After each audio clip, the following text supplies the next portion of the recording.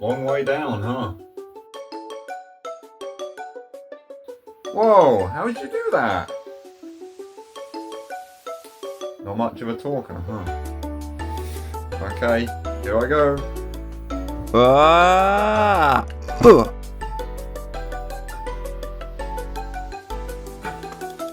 Okay, that hurt. Whoa! In my last video, I said that I've never really been a huge Pokemon fan, but there were a couple of recent things that have actually caught my eye.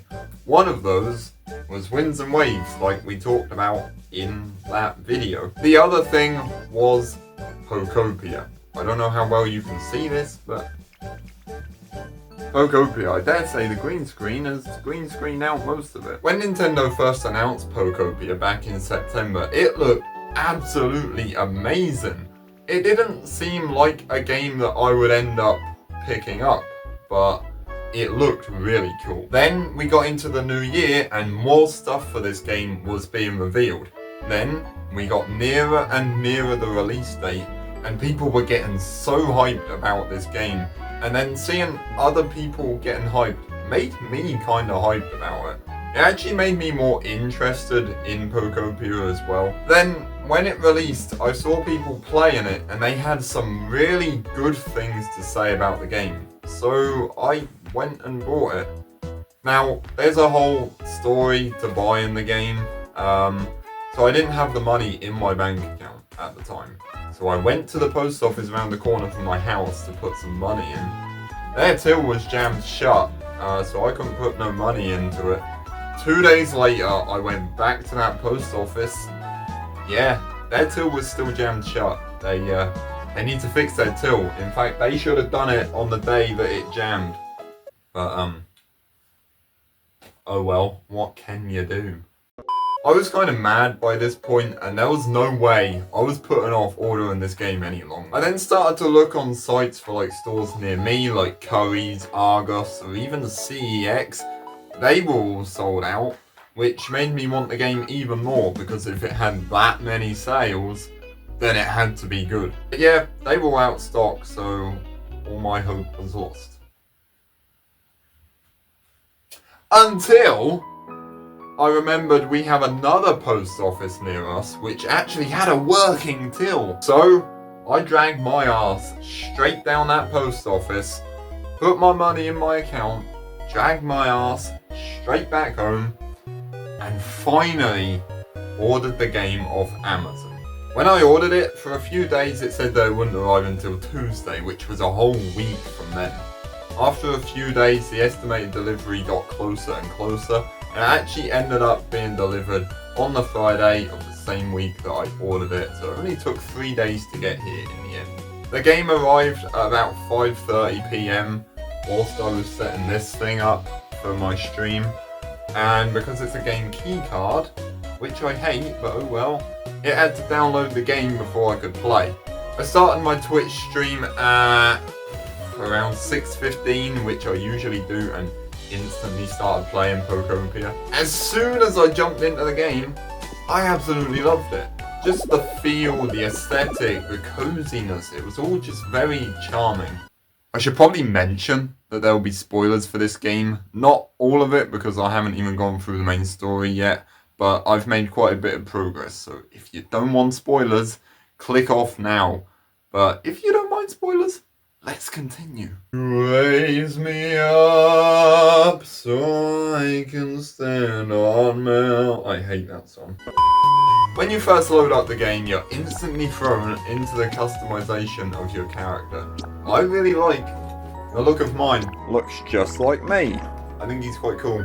You then wake up in a cave and are greeted by Professor Tangrove. He will then lead you out into the open world, which I thought to be quite overwhelming at first, but I fairly quickly got used to it. And the first thing you do is come across your first Pokemon, right over there, if you can see him in the background, which is none other than Squirtle. He's really thirsty because all of the water is dried up off the island. From this point you have pretty much free will to do whatever you like on the island, kinda. At this stage you only have the water ability, so I spent such a long time just watering all of the dead grass, making the island look nicer. So you're saying I can just spew up water and water the grass? Okay, I'll try. Ugh. Oh, ah. Hey, it worked! Obviously, you have to follow the main story quest to progress like any game. On this island, there's multiple abilities that you can learn. You have leafage, which allows you to just dig grass out of the ground to make it grow. There's rock smash, which allows you to break pretty much any block there is. Cut, pretty self-explanatory. Rototiller allows you to dig up the mud to plant things or just pick up flowers. You can also find Magikarp on the beach and they'll teach you how to jump, which is actually really useful. After a few story quests you find Onyx, who is trapped behind some rocks. Wish I could help you, buddy. Slowpoke will appear and you have to make the island more humid for him to yawn and make it rain to soften the rocks around Onyx to free him. It was a whole process, but I've done it in like one night. Then you can progress with more story quests. Woohoo! To unlock the next area, which is Bleak Beach. Now this island was a proper eyesore when I first got into it.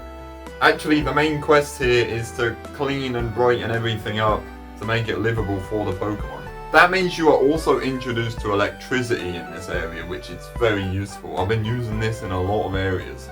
Then this guy appears. He's fast asleep. You gotta light the area up for him to wake up. Rocky Ridges is our next area. I like this area. I found it really fun. This area introduces you to the railroad, which when repaired is a lot of fun and a really efficient way of getting around in this area. You have to essentially create a dinner party with food and music and a stage. I wasn't a huge fan of this quest, but you know, it was still cool. The next area is Sparkling Skylands, which, as you can probably imagine, is in the sky. You have to find Tink Master so she can give you the recipe for the platforms that you get from one island to the other. Another reason I like this area is because you find this guy right here. He's my favourite. There's a big tower here that you have to fix up, and you later learn how to fly like Dragonite. I haven't got to that bit yet. I've seen people do it though. Pretty cool. At the time of writing this script, that's as far as I've got in the main story. And it's still as far as I've got in the main story. Although I've put over 70 hours into this game, I've still not beat the main quest. This is because it's so easy to get sidetracked in Pokopia. There's always something else that you'll get distracted with. Within the first few days of playing the game, I built an entire freaking house. I didn't like the pre-built houses, so I just decided to make one from scratch. Nothing like a nice nap after a long, hard day at work. Hey! What are you doing? This is my bed. Looks like I'm taking the couch tonight. I spent a lot of time making everything just look nicer and more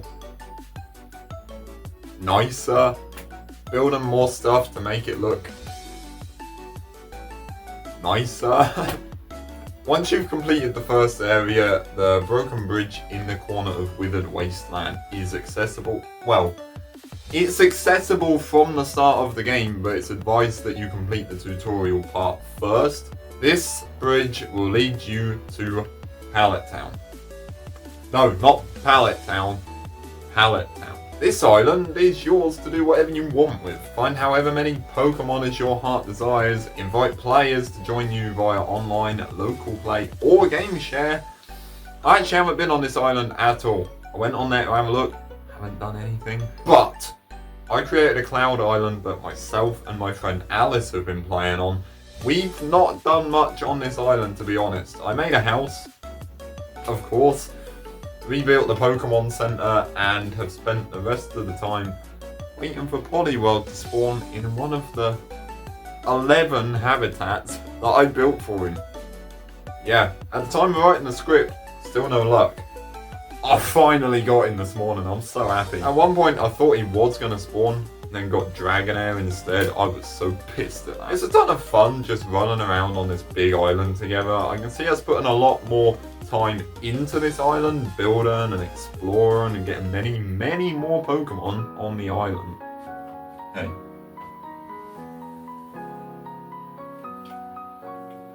Hi, my name is Josh and I'm addicted to Pokopia. I first tried Pokopia a couple weeks ago and now I can't go a single day without it. People warned me about what Pokopia could do to a person, and I didn't listen. Maybe, just maybe, they were right. Thank you for letting me share. Pokopia is really addictive, and I noticed that on the first day I played it. I put like 6 to 8 hours into this game on my first play, and I didn't want to stop playing it. This is definitely the game I've played the most in the last couple of weeks, occasionally booting up Mario Kart World for like 30 minutes or so. Other than Darksiders 2 and Elden Ring on my PS4, Pokopia has been my main focus. It's so much fun just running around, exploring, building, discovering new things. I can see myself playing this game a heck of a lot more in both single player and multiplayer. I am really glad I decided to pick this game up, and I would honestly recommend playing it even if you're not a big Pokemon fan. It's got a cool box though, I can't see it because of the red. Even if you're not a big Pokemon fan, you'll still probably love this game, which is exactly what I did. Like I said, I'm not a huge Pokemon fan, but this game is a lovely mix of Animal Crossing, Minecraft and Dragon Quest Builders, which would make sense as it's partly made by the same team as Dragon Quest Builders 2. Pokopia is a really chill, relaxing, fun, charming little game made to entertain pretty much any audience. I think even my nearly 3-year-old niece would like this game. Yeah, I'd recommend this game a lot. That pretty much sums up the video and all my thoughts on Pokemon Pokopia. There's probably a lot that I didn't cover today purely because I haven't even experienced the whole of what this game has to offer.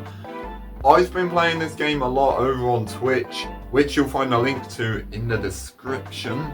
I'm also going to play Metroid Prime 1 through 4 at some point in the near future, so that should be fun. I'll probably make a video about that too, see which one's the best. In the meantime, if anyone wants me, I'll be playing Pokopia. See ya!